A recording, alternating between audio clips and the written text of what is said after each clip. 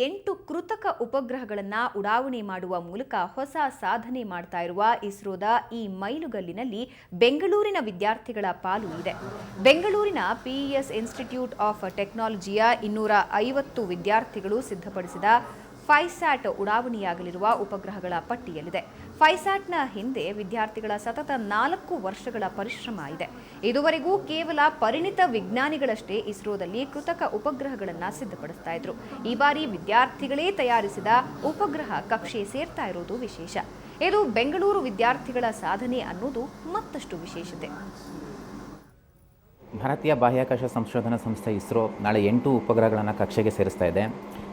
ಈ ಸಾಧನೆಯಲ್ಲಿ ಬೆಂಗಳೂರಿನ ಪಿಇಎಸ್ ಕಾಲೇಜಿನ ಇಂಜಿನಿಯರಿಂಗ್ ವಿದ್ಯಾರ್ಥಿಗಳ ಪಾಲು ಕೂಡ ಇರುವಂಥದ್ದು. ಹೇಗೆ ಅಂತಂದರೆ ಈ 8 ಉಪಗ್ರಹಗಳ ಪೈಕಿ ಫೈಸ್ಯಾಟ್ ಹೆಸರಿನ ಒಂದು ಉಪಗ್ರಹ ಈ ಕಾಲೇಜಿನ ವಿದ್ಯಾರ್ಥಿಗಳು ಸಿದ್ಧಪಡಿಸಿರುವಂಥದ್ದು. ಆ ಉಪಗ್ರಹದ ವಿಶೇಷತೆಗಳೇನು ಮತ್ತು ನಾಳೆ ಕಕ್ಷೆಗೆ ಸೇರ್ತಾ ಇದೆ, ಅದರ ಉದ್ದೇಶ ಏನು ಮತ್ತು ಈ ಸಾಧನೆಯಲ್ಲಿ ವಿದ್ಯಾರ್ಥಿಗಳ ಶ್ರಮ ಎಂಥದ್ದು, ಅದರ ಬಗ್ಗೆ ನಾನು ವಿವರಣೆ ಮಾಡ್ತೇನೆ.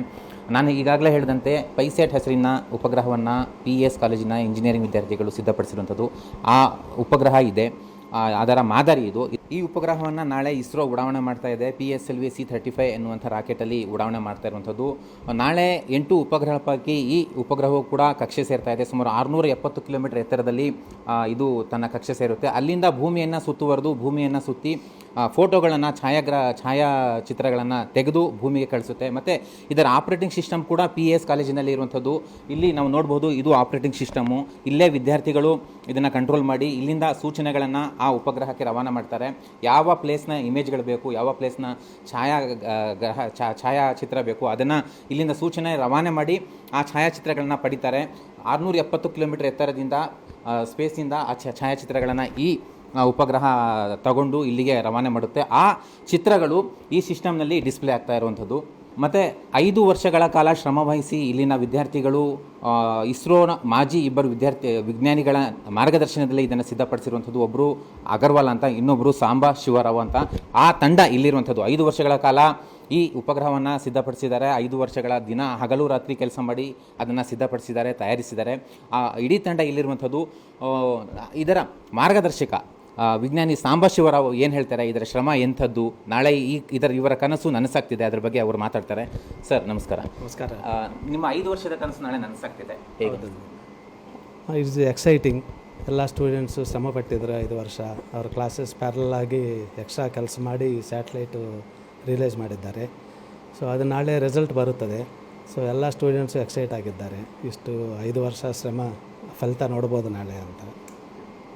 ಮೇಡಮ್ ನೀವೇನಂತೀರಾ? ನೀವು ಒಬ್ಬರು ಕೂಡ ಅಸಿಸ್ಟೆಂಟ್ ಸಂಶೋಧಕಿಯಾಗಿ ಕೆಲಸ ಮಾಡಿದ್ದಾರೆ, ಹೇಗೆ ಅನಿಸ್ತಾ ಇದೆ ಅಂತ?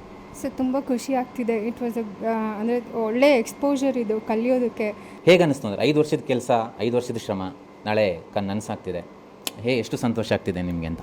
ತುಂಬಾ ಖುಷಿ ಆಗ್ತಾಯಿದೆ. ಎಲ್ಲರೂ ಕಷ್ಟಪಟ್ಟು ಮಾಡಿರೋ ಕೆಲಸ ಇದು.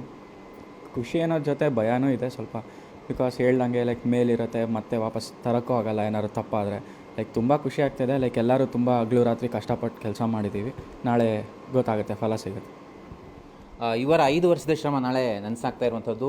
ಈ ಉಪಗ್ರಹ ಅಲ್ಲಿನ ಇಮೇಜ್ಗಳನ್ನು ಇವ್ರಿಗೂ ಕಳಿಸ್ಕೊಡುತ್ತೆ. ಹಾಗೆಯೇ ಇಲ್ಲಿ ಈ ಉಪಗ್ರಹ ಕಳಿಸ್ಕೊಡುವಂಥ ಇಮೇಜ್ಗಳನ್ನು, ಛಾಯಾಚಿತ್ರಗಳನ್ನು ಇಸ್ರೋ ಕೂಡ ಬಳಸ್ಕೋಬಹುದಂತೆ. ಅದು ಒಟ್ಟಾರೆಯಾಗಿ ಇದರ ಉದ್ದೇಶ ಇಷ್ಟೇ, ಈ ವಿದ್ಯಾರ್ಥಿಗಳ ಮುಂದಿನ ಪ್ರಾಜೆಕ್ಟ್ ವರ್ಕ್ಗಳಿಗೆ ಇದು ಹೆಲ್ಪ್ಫುಲ್ ಆಗುತ್ತೆ ಅಂತ ಹೇಳ್ತಾ ಇದ್ದಾರೆ. ಒಟ್ಟಾರೆಯಾಗಿ ಇವರ ಈ ಶ್ರಮಕ್ಕೆ, ಇವರ ಈ ಕೆಲಸಕ್ಕೆ, ಇವರ ಈ ಸಾಧನೆಗೆ ಸುವರ್ಣ ನ್ಯೂಸ್ ಒಂದು ಆಲ್ ದಿ ಬೆಸ್ಟ್ ಹೇಳ್ತಾ ಇದೆ. ಕ್ಯಾಮ್ರಾಮನ್ ವಸಂತ್ ಗೌಡ ಜೊತೆ ಮಸೂದ್ ದೊಡ್ಡಬಾಗ್ಲು, ಸುವರ್ಣ ನ್ಯೂಸ್.